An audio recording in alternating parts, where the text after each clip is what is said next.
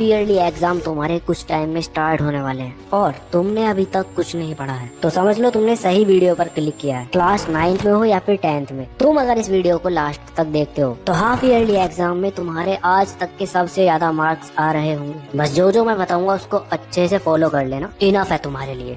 So hi everyone, this video में हम बात कर रहे होंगे क्लास 9 10th के हाफ ईयरली एग्जाम के लास्ट डेज के प्लान की। और हाँ, ये प्लान कोई बोरिंग टाइम टेबल नहीं है, ये पूरा कम्प्लीटेड टेस्टेड स्ट्रेटजी है जो कि मैंने लास्ट ईयर क्लास 9 10th वालों को बताया था और इससे उनके मार्क्स लिटरली डबल हो गए थे। तो टोटल 4 स्टेप्स होने वाले हैं। स्टेप 1 में हम सबसे पहले सिलेबस की फील्डिंग सेट करेंगे, उसके बाद स्टेप 2 में LRR स्ट्रेटजी को देखेंगे और थर्ड में तुम्हें 80-20 रूल के बारे में पता चलेगा। और लास्ट सबसे इम्पोर्टेंट स्टेप है पावर पेज मेथड, जो कि तुम्हारे लास्ट टाइम के लिए सबसे ज्यादा इम्पोर्टेंट है। तो स्टार्टिंग करते हैं अपने सिलेबस की फील्डिंग सेट करने से। कैसे करोगे चलो बताता हूँ। तो सबसे पहले मुझे ये बताओ, तुम्हारे maths, science and social science तीनों सब्जेक्ट में कौन कौन से चैप्टर्स आ रहे हैं हाफ ईयरली एग्जाम के अंदर, कमेंट करके बताओ। अब एग्जाम्पल, तुम्हारे 7 चैप्टर साइंस एंड मैथ्स से आ रहे हैं और 10 चैप्टर आ रहे हैं तुम्हारे सोशल साइंस से। तो टोटल तुम्हारे कितने चैप्टर हो गए? ये हो गए तुम्हारे 24 चैप्टर्स। अब तुम ये देखो तुम्हारे पास दिन कितने बचे हुए हैं हाफ ईयरली के लिए। जैसे एग्जाम्पल, तुम्हारे पास 12 डेज है तो तुम एक दिन में 2 चैप्टर्स निपटा रहे होगे। ऐसे ही अगर 24 घंटे है ना, तो 24 घंटे के हिसाब से तुम एक चैप्टर 1 घंटे में कर रहे होगे। फील्डिंग सेट करने का मतलब यही था कि कितना टाइम तुम्हारे पास बचा है और कितने चैप्टर्स हैं, उनको देखते हुए तुम्हें अपनी प्रिपरेशन को करना है। और हाँ, टेंशन बिल्कुल भी मत लो। तुम्हें लग रहा होगा कि 1 घंटे में 1 चैप्टर हो जाएगा क्या? अरे हो जाएगा। मैं तुम्हें बताऊंगा भी आगे किस तरह से करना है तुम्हें चैप्टर्स को। बस बने रहो मेरे साथ। और अगर तुम्हें तुम्हारे चैप्टर्स नहीं पता ना कि कौन कौन से चैप्टर आ रहे हैं तुम्हारे हाफ ईयरली में, अपने टीचर से पूछ लो जाके। वो नहीं बता दे तो कोई तुम्हारा टॉपर दोस्त होगा, उससे पूछ लो।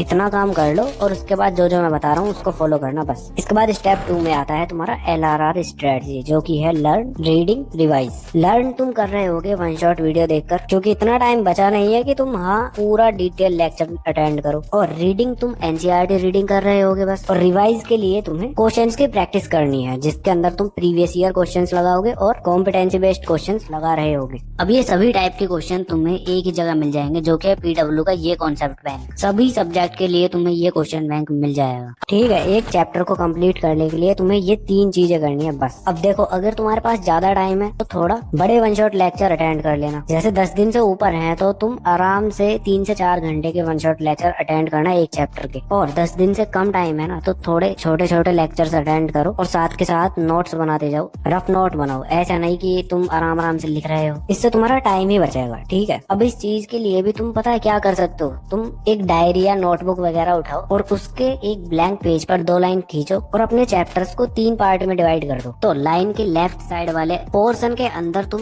इजी चैप्टर्स को लिख रहे होगे। इजी मतलब तुमने ऑलरेडी वो चैप्टर्स कर रखे हैं, उनके लिए तुम्हें कुछ नहीं करना, बस रिवीजन करना है। ठीक है, इनको तुम ग्रीन चैप्टर्स भी बोल सकते हो। ठीक है, और इसके बाद अब तुम्हारा बीच वाला जो ये पोर्शन है ना, इसको तुम येलो चैप्टर्स बोलोगे, जिसका मतलब है कि तुमने ये चैप्टर पढ़े तो हैं लेकिन थोड़े बहुत पढ़े हैं। तो जो तुम्हारे आधे अधूरे चैप्टर है ना, उनको तुम येलो चैप्टर्स वाली कैटेगरी में लिख रहे होगे। ठीक है, अब लास्ट तुम्हारा राइट साइड वाला पोर्शन जो होगा, इसके अंदर तुम हार्ड चैप्टर्स को लिख रहे होगे, जो तुमने अभी तक पढ़े ही नहीं है। और सबसे ज्यादा टाइम तुम्हें इन्हीं चैप्टर्स को देना है, क्योंकि इजी चैप्टर तुम्हें ऑलरेडी पता है, पहले पढ़ ही रखे हैं। और जो तुम्हारे मॉडरेट चैप्टर हैं, येलो चैप्टर्स, उनको तुमने थोड़ा बहुत पढ़ा हुआ है, थोड़ा बहुत रह गए हैं, तो उनको भी तुम जल्दी कवर कर लोगे। बच जाते हैं हार्ड, तो हार्ड वालों को तुम्हें ज्यादा टाइम देना है। ठीक है, अब ये मैंने 3 पार्ट में डिवाइड करने वाला रूल क्यों बता दिया तुम्हें, ये इसलिए बताया क्योंकि